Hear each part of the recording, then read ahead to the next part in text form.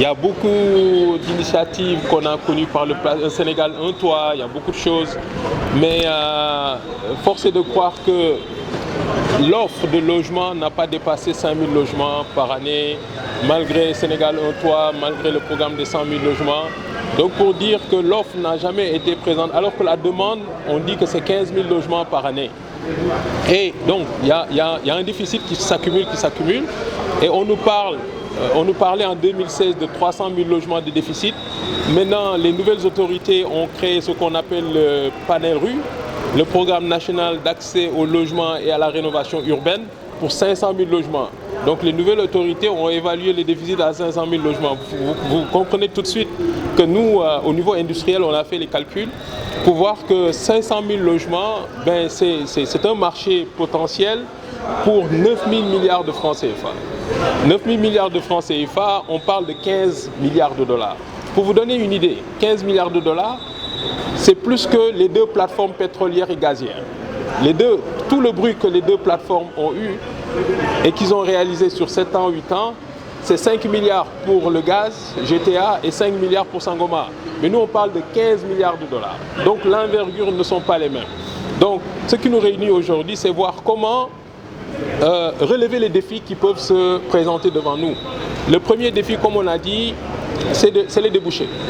Donc nous pensons que l'État a des entreprises comme HLM et SICAP qui ont leurs preuves et qui sont connues.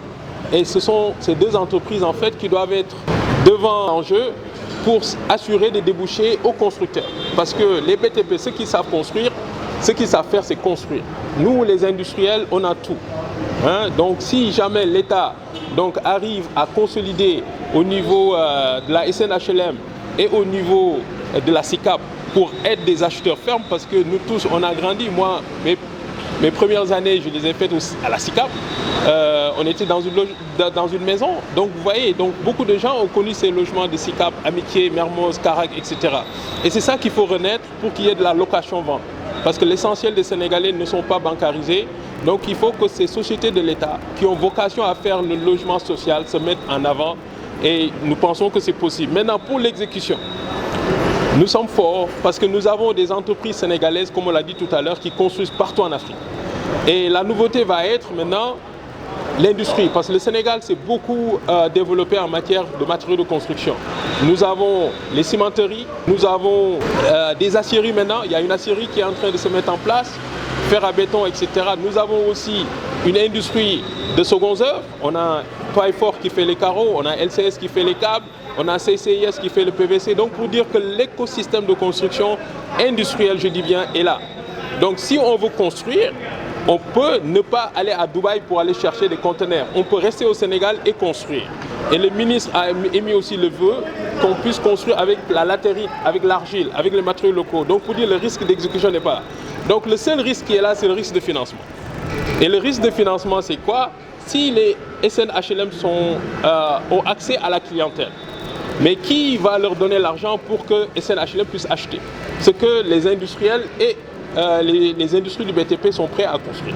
Donc ce qu'on dit, c'est que ce qui a été fait à travers le monde, je dis juste deux exemples en Afrique, pour ne pas aller à Dubaï. Guinée équatoriale et Angola, c'est des pays pétroliers, mais là-bas c'est l'État qui a pris l'argent pétrolier pour carrément construire des logements. Nous ne demandons pas ça à l'État. Ce que nous demandons, que l'État prenne cette capacité financière générée par ces nouveaux revenus pour garantir SNHLM et la SICAP, pour que SNHLM et la SICAP puissent nous donner des garanties à des bailleurs, à des fonds qu'on peut lever, donc pour pouvoir vendre les logements à SNHLM, ces deux sociétés peuvent s'assurer maintenant de la commercialisation. Chacun avec son métier.